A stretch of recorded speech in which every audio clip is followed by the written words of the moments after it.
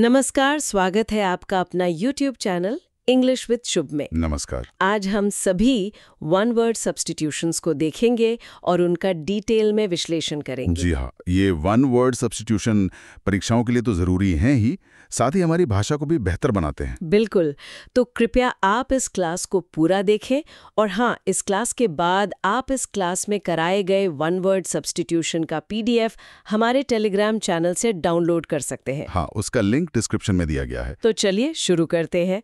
पहला है a case for keeping a sword, तलवार रखने का खोल। हाँ, इसके लिए वन वर्ड है शीथ, शीथ। यानी म्यान।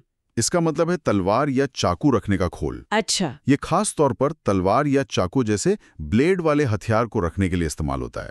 इसका काम होता है ब्लेड को सुरक्षित रखना और धारक को या दूसरों को गलती से चोट न लगे उससे बचाना भी। हाँ, सेफ्टी के लिए। बिल्कुल। और ये अक्सर लेदर के या मेटल के बने होते हैं। ठीक है, कोई उदाहरण? हाँ, एक इसका एग्जाम्पल देखते हैं। The night Drew his sword from its sheath. यानी शूरवीर ने अपनी तलवार म्यान से निकाली। एकदम सही। उम्मीद है ये वन वर्ड समझ आ गया होगा। हाँ, बिल्कुल। अब अगला देखते हैं। One who talks to oneself, जो खुद से बात करता हो। हाँ, इसके लिए शब्द है सोलिलोक्विस्ट, सोलिलोक्विस्ट। यानी स्वगत भाषी, वो व्यक्ति जो स्वयं से बात करता है। अच्छा, जैसे नाटकों में होता है। हाँ, बिल्कुल। ये हमें अक्सर नाटकों में देखने को मिलता है, जहाँ कोई पात्र मंच पर अकेला होता है और अपने मन के विचार जोर से बोलता है। ये दर्शकों को पात्र के अंदरूनी विचारों, भावनाओं या योजनाओं को बताने का एक तरीका है। समझ गई। असल जिंदगी में भी लोग कभी-कभी खुद से बात करते हैं, लेकिन सोलिलोक्विस्ट शब्द का इस्तेमाल ज्यादातर साहित्यिक या नाटकीय संदर्भ में होता है। ठीक है, इसका उदाहरण? उदाहरण के तौर पर, the actor played the role of a soliloquist. अभिनेता ने स्वगत भाषी की भूमिका निभाई। ठीक है जी। अगला है सिंबल्स ऑफ रॉयल्टी, राजसी प्रतीक। हाँ, इसके लिए शब्द है रिगेलिया। रिगेलिया। रिगेलिया। हाँ, राज चिन्ह। इसमें वे सभी विशेष वस्तुएं, कपड़े और प्रतीक शामिल होते हैं जो राजसी पद, शक्ति या उच्च कार्यालय से जुड़े होते हैं। जैसे कि ताज या खास कपड़े। हाँ, बिल्कुल।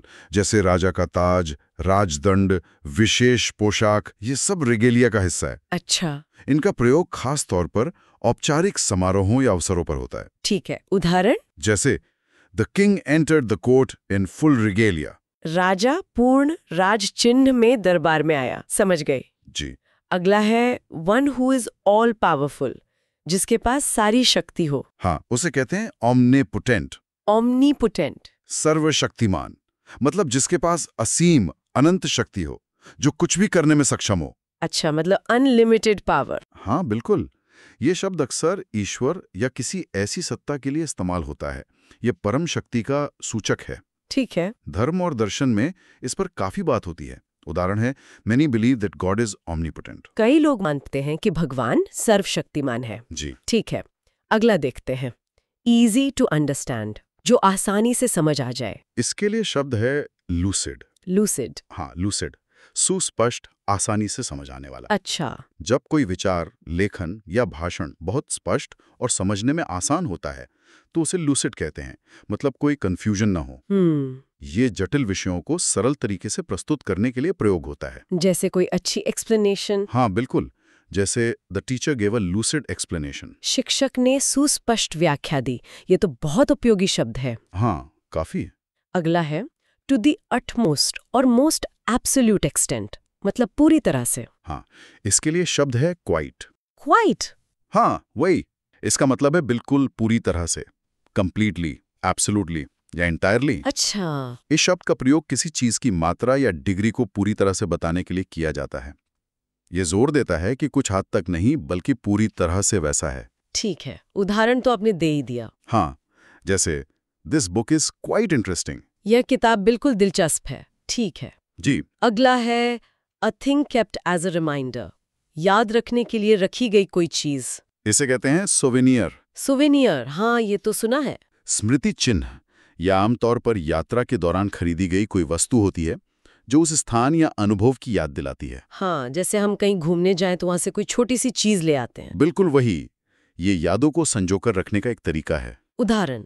She bought a souvenir from Paris. उसने पेरिस से स्मृति चिन्ह खरीदा। जी। अगला है वन हु लव्स विजडम, जिसे ज्ञान से प्रेम हो। हाँ, ये काफी जाना पहचाना शब्द है, फिलोसोफर। फिलोसोफर, हाँ, दार्शनिक। बिल्कुल। दार्शनिक वो व्यक्ति होता है जो ज्ञान और सत्य की खोज करता है, जीवन, नैतिकता और अस्तित्व जैसे गहरे सवालों पर विचार करता है।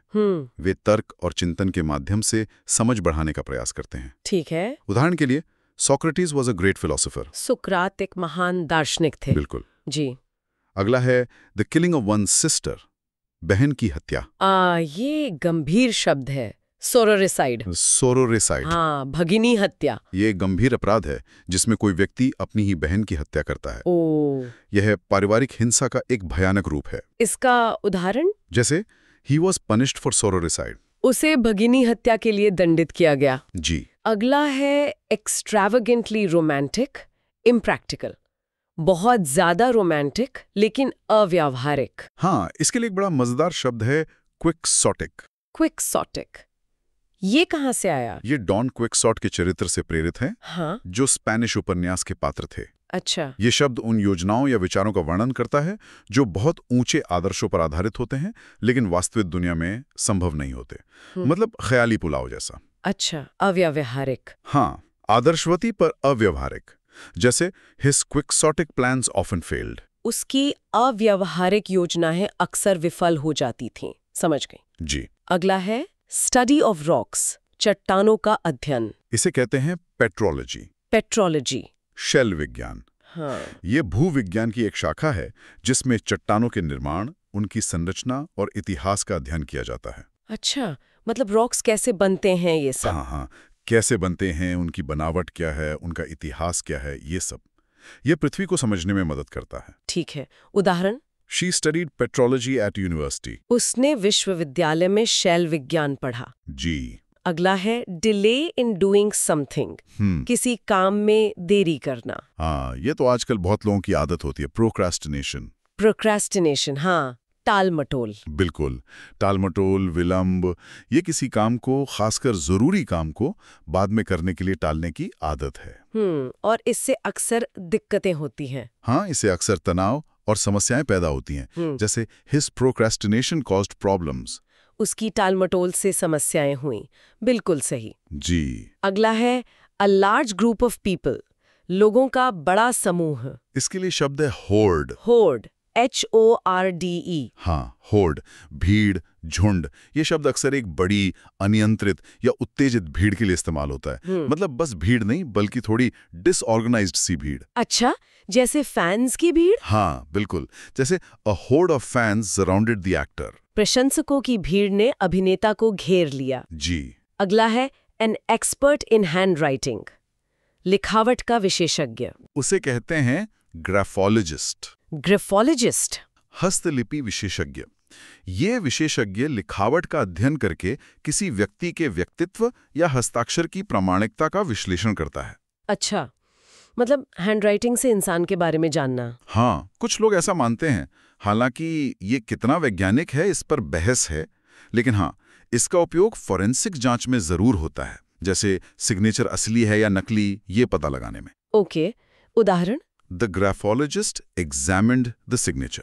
हस्तलिपि विशेषज्ञ ने हस्ताक्षर की जांच की। जी। अगला है a meal between breakfast and lunch, नाश्ते और दोपहर के खाने के बीच का भोजन। हाँ, ये तो बहुत पॉपुलर है, ब्रंच। ब्रंच, हाँ, ब्रेकफास्ट और लंच को मिलाकर। बिल्कुल, या नाश्ते और दोपहर के खाने के बीच का भोजन है जो आमतौर पर सुबह देर से या दोपहर के शुरू में खाया जाता है। Sunday brunch. हाँ, बिल्कुल। जैसे we had brunch at 11 AM। हमने सुबह 11 बजे ब्रंच किया। ठीक है जी। अ फ्यूनरल प्रोसेशन, अंतिम संस्कार का जुलूस। इसके लिए शब्द है कॉटाज। कटाज। हाँ, कॉटेज। अंतिम यात्रा या जनाजा, यह एक औपचारिक जुलूस होता है, विशेष रूप से किसी के अंतिम संस्कार के समय, जब शव को दफनाने या दाह संस्कार के लिए ले जाया जाता है। अच्छा, यह सम्मान प्रकट करने का एक तरीका है। ठीक है, उदाहरण? The cortege moved slowly through the streets. जनाजा धीरे धीरे गलियों से गुजरा। जी। अगला है अ ग्रुप ऑफ गन्स और लॉन्चर्स, बंदूकों या लॉन्चरों का समूह। सैन्य संदर्भ में इसे बैटरी कहते हैं। बैटरी, जैसे टॉर्च वाली बैटरी। हाँ, शब्द वही है, लेकिन मतलब अलग है। यहाँ इसका मतलब है तोपखाना या बैटरी, मतलब एक ही स्थान पर एक साथ काम करने वाली तोपों या मिसाइल लॉन्चरों का समूह है। ओह अच्छा, मिलिट्री वाला। हाँ, मिलिट्री टर्म है ये। इसका उपयोग रक्षा या हमले के लिए किया जाता है। ठीक है, उदाहरण?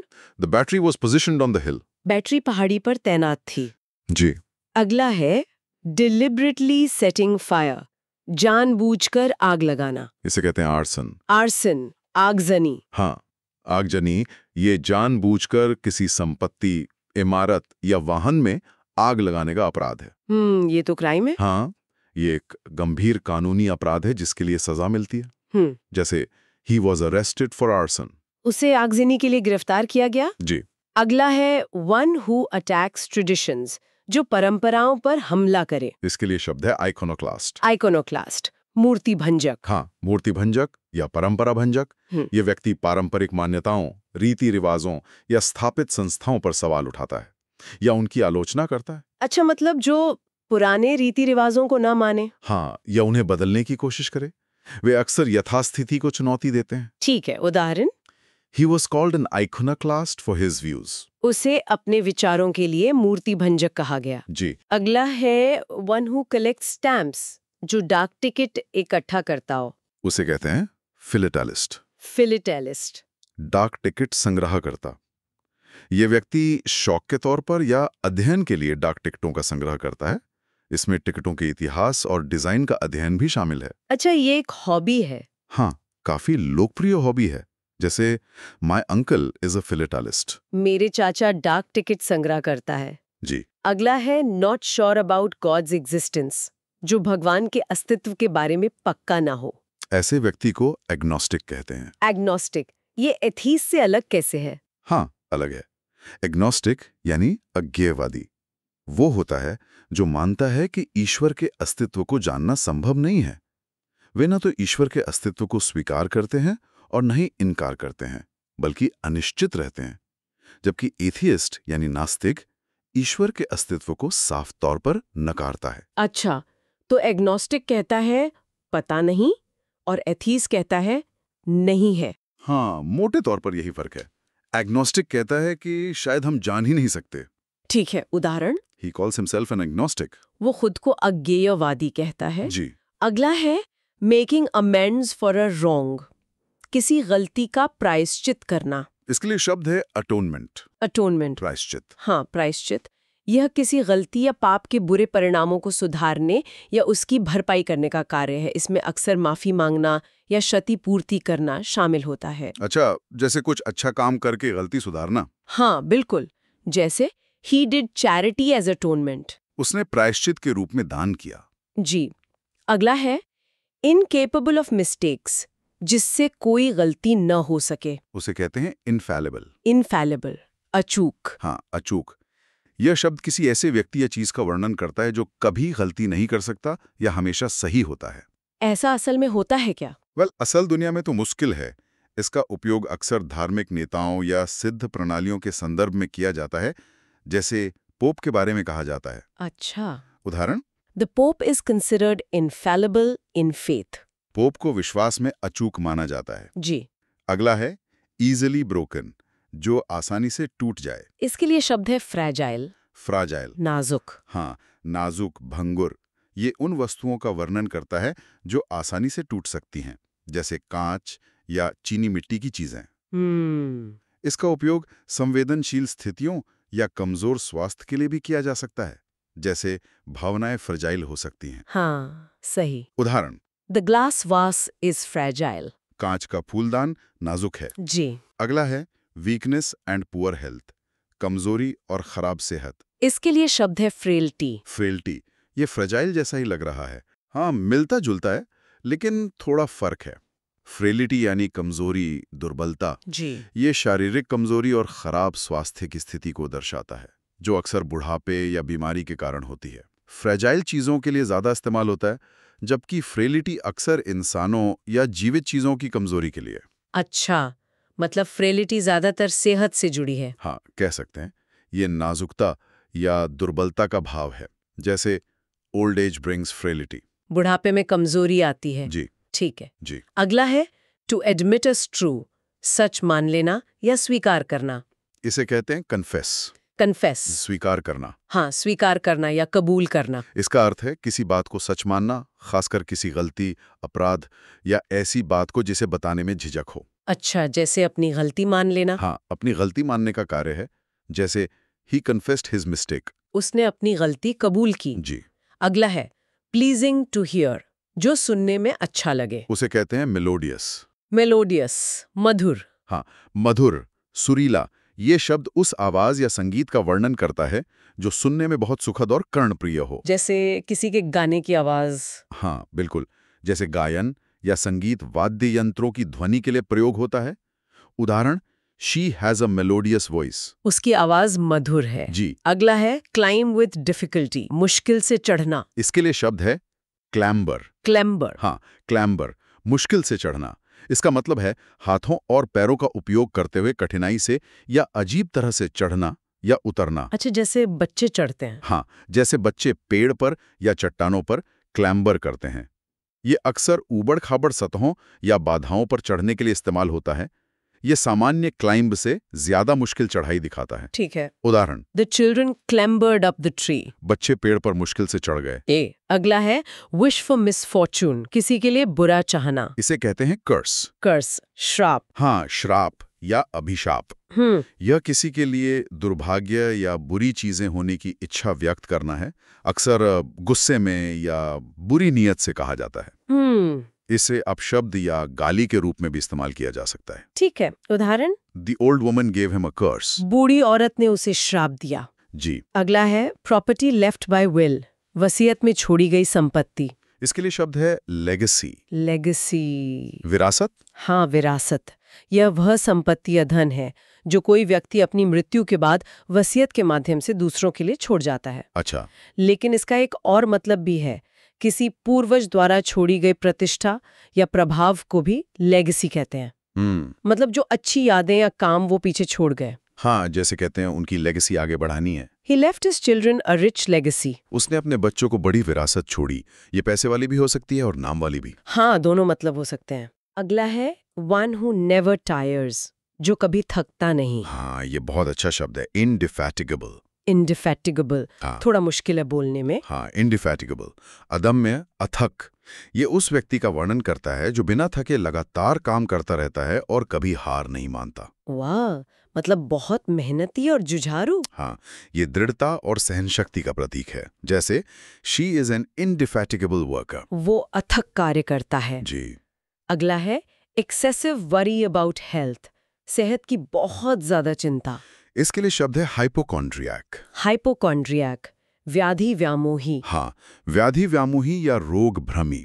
ये वो व्यक्ति होता है जो अपने स्वास्थ्य के बारे में अत्यधिक और बेवजह चिंता करता है और अक्सर ये सोचता है कि उसे कोई गंभीर बीमारी है, भले ही ऐसा ना हो। अच्छा, मतलब छोटी सी बात को भी बड़ा बना लेना सेहत के मामले में। हाँ, और हमेशा डरते रहना कि कहीं कोई बीमारी ना हो जाए। ये एक तरह की एंग्जाइटी है। ठीक है।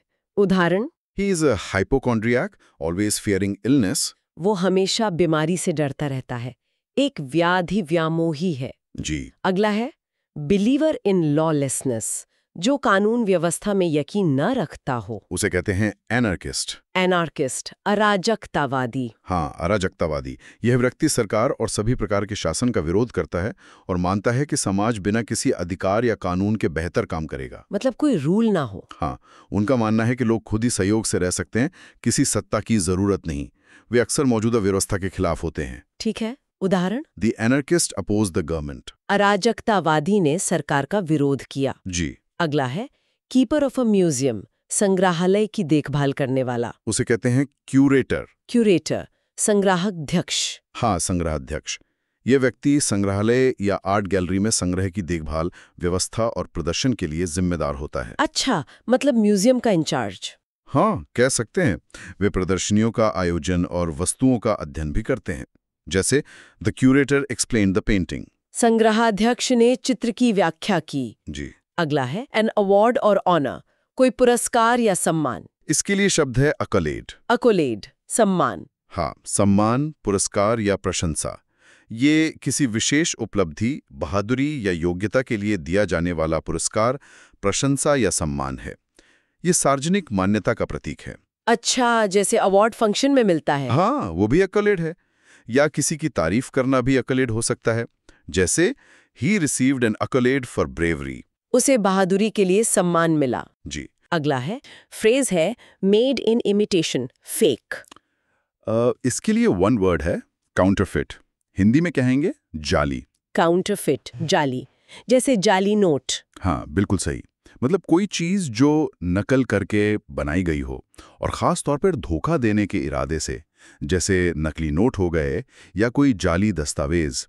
वो दिखने में असली जैसा लगता है पर होता नहीं है। हाँ, मतलब इरादा धोखा देने का होता है इसमें। जी। जैसे एक उदाहरण देखें तो the police seized counterfeit notes. Police ने जाली नोट जब्त किए। जी। ठीक है। अगला देखते हैं, number 37, one who believes in fate. इसके लिए शब्द है फेटलिस्ट। फेटलिस्ट। फेटलिस्ट। हिंदी में कहेंगे भाग्यवादी। ये वो व्यक्ति होता है जो ये मानता है कि भाई जो भी हो रहा है जीवन में वो सब भाग्य या नियति ने पहले से तय कर रखा है। अच्छा। और उसे हम बदल नहीं सकते, मतलब जो होना है वो तो होकर ही रहेगा, ऐसा मानने वाला। यानी वो कोशिश करने में ज्यादा यकीन नहीं रखते होंगे शायद। हाँ, कुछ हद तक कह सकते हैं। उनके लिए भाग्य ही सर्वोपरि है। जैसे द फेटलिस्ट एक्सेप्टेड हिज डेस्टिनी। भाग्यवादी ने अपना भाग्य स्वीकार किया। समझ गए।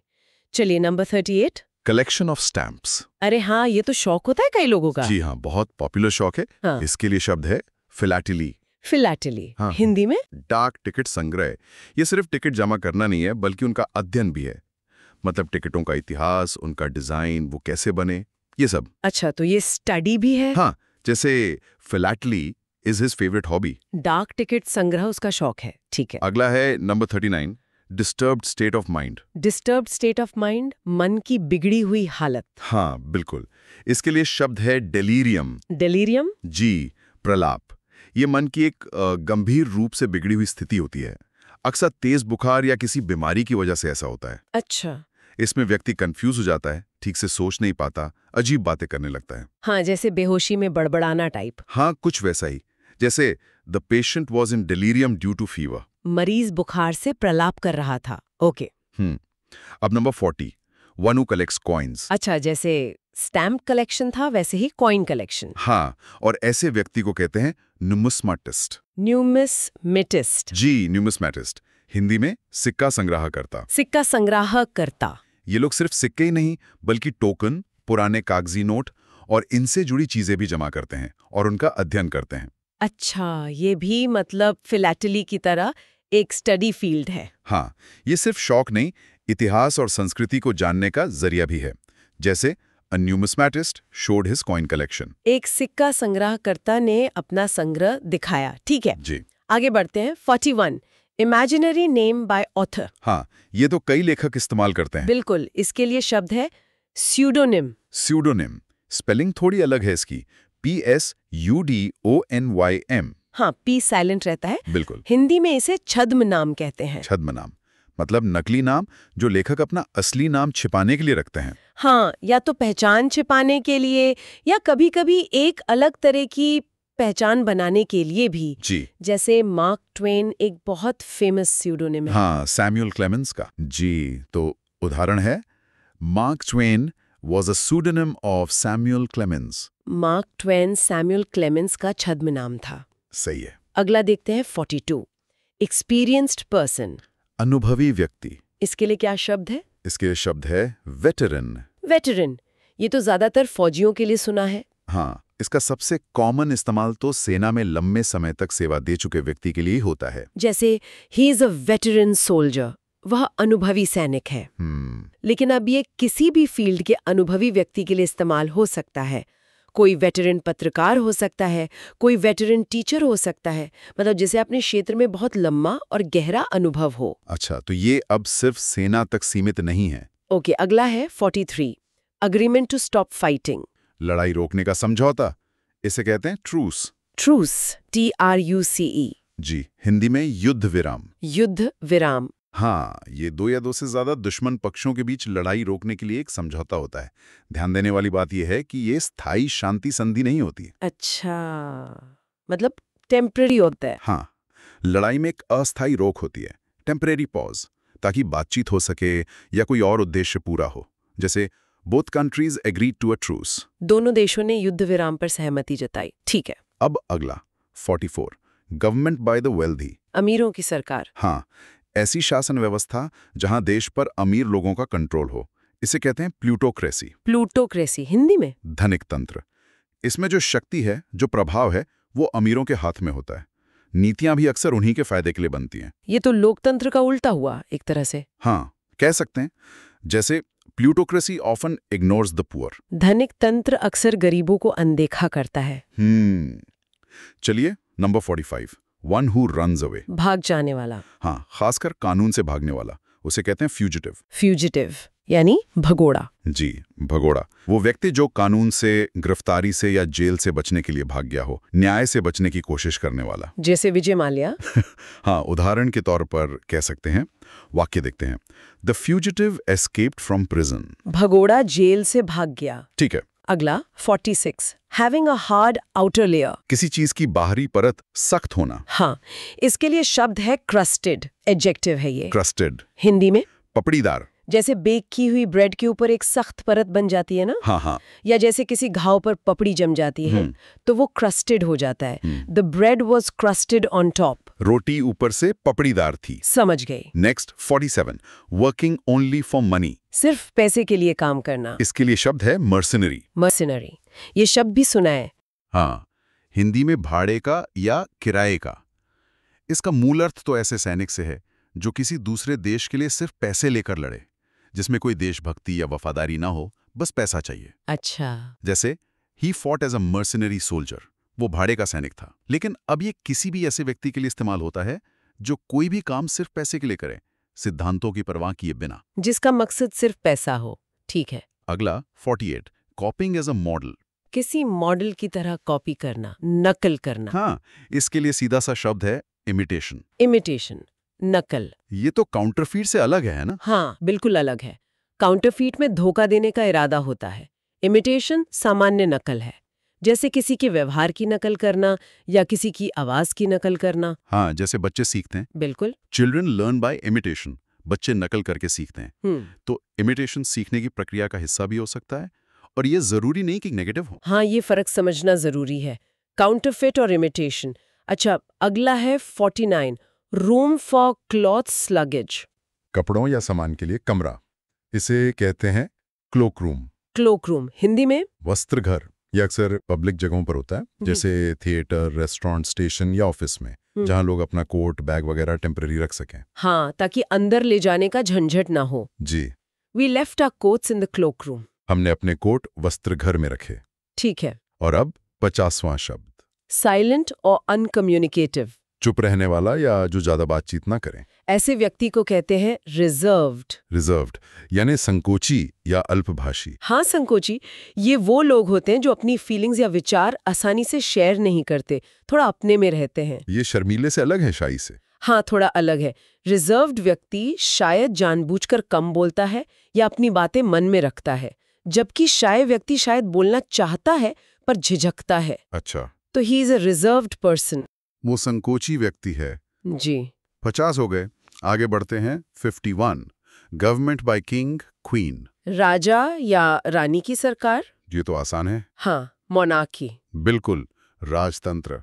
इसमें सबसे ज्यादा पावर राजा या रानी के पास होती है, और ये पद अक्सर पीढ़ी दर पीढ़ी चलता है, वंशानुगत होता है। हाँ, जैसे ब्रिटेन में है। हाँ, पर ब्रिटेन में अब कॉन्स्टिट्यूशनल मोनार्की है, मतलब राजा या रानी नाम के प्रमुख हैं, असली पावर चुनी हुई सरकार के पास है। तो वाक्य है Britain has a constitutional monarchy. Britain में संवैधानिक राजतंत्र है। ठीक है। अगला है 52 वायलेशन ऑफ सेक्रेड थिंग्स। पवित्र चीजों का अपमान या उल्लंघन। इसके लिए काफी गंभीर शब्द है, सैक्रिलेज। सैक्रिलेज हिंदी में? अपवित्रीकरण, मतलब किसी पवित्र मानी जाने वाली चीज, जगह या व्यक्ति का अनादर करना, उसे दूषित करना। ये तो बहुत स्ट्रॉन्ग वर्ड है। हाँ, ये धार्मिक मान्यताओं का गंभीर उल्लंघन माना जाता है। जैसे destroying a temple is sacrilege. मंदिर तोड़ना अपवित्रीकरण है। आगे चलते हैं 53 अनकन्वेंशनल लाइफस्टाइल। अपरंपरागत जीवन शैली, मतलब जो समाज के बनाए नियमों से हटकर हो। हाँ, ऐसी जीवन शैली या ऐसे व्यक्ति को कहते हैं बोहेमियन। बोहेमियन। जी।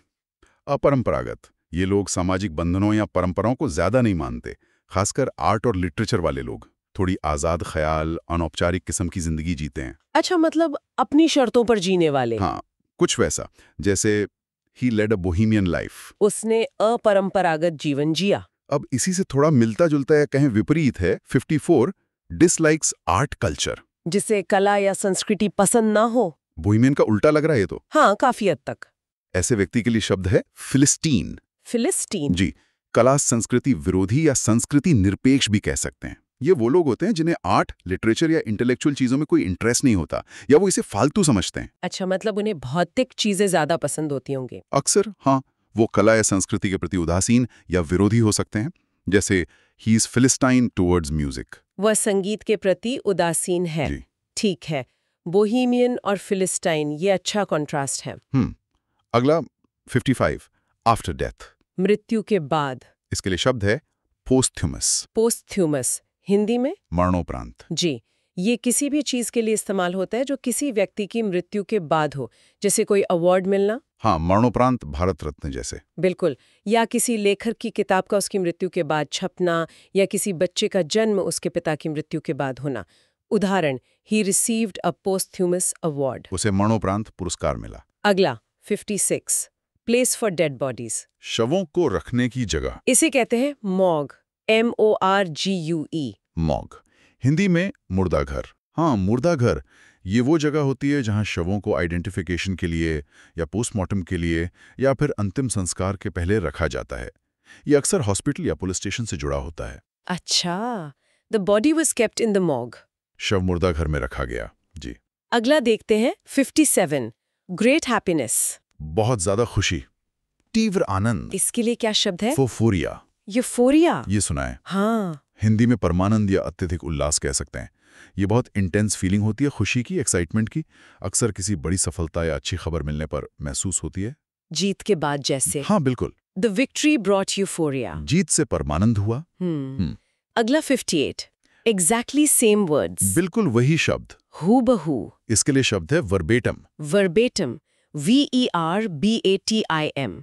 जी। हिंदी में शब्दशः, मतलब किसी कही या लिखी बात को बिल्कुल वैसे का वैसा उन्हीं शब्दों में दोहराना या लिखना, कोई बदलाव नहीं। ये कहाँ काम आता है? जैसे किसी का कोटेशन देना हो या कोई कानूनी बयान दर्ज करना हो, वहां वर्बेटम रिपोर्टिंग जरूरी होती है।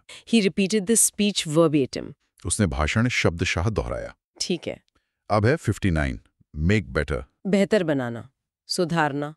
इसके लिए एक अच्छी क्रिया है ameliorate. Ameliorate, spelling AMELIORATE। Ameliorate, Hindi में सुधारना। सुधारना। हाँ, मतलब किसी बुरी या ठीक ठाक न चल रही स्थिति को बेहतर बनाना, उसमें सुधार लाना। अक्सर समस्याओं या मुश्किलों को कम करने के लिए इस्तेमाल होता है। अच्छा, steps were taken to ameliorate the situation। स्थिति सुधारने के लिए कदम उठाए गए। जी। और अब 60वां शब्द, आफ्टरनून शो। दोपहर का शो, थिएटर या सिनेमा में। हाँ, इसे क्या कहते हैं? इसे कहते हैं मैटिनी।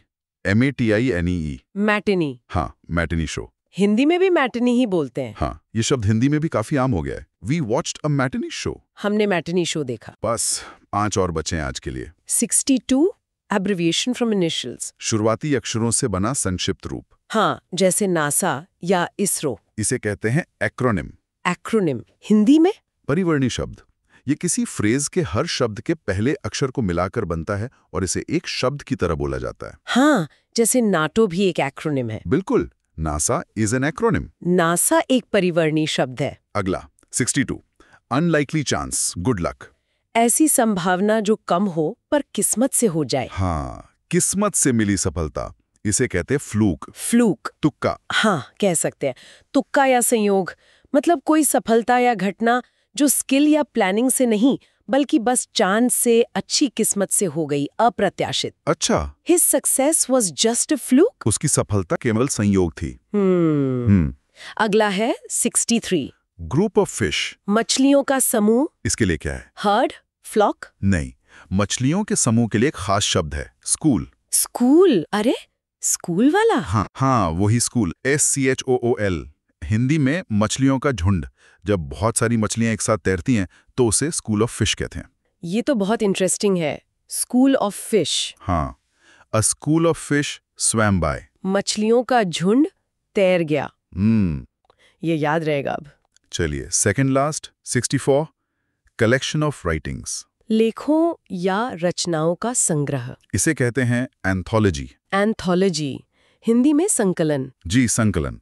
ये अलग-अलग लेखकों की कविताएं, कहानियां, लेख या दूसरी रचनाएं होती हैं जिन्हें एक ही किताब में इकट्ठा किया जाता है। जैसे कविताओं का संकलन। हाँ, the book is an anthology of poems. यह पुस्तक कविताओं का संकलन है। और अब आज का आखिरी शब्द 65 short story with a model. छोटी कहानी जिसमें कोई सीख हो, कोई नैतिक शिक्षा हो। ऐसी कहानी को कहते हैं पैराबल। पैराबल, हिंदी में दृष्टांत या नीति कथा।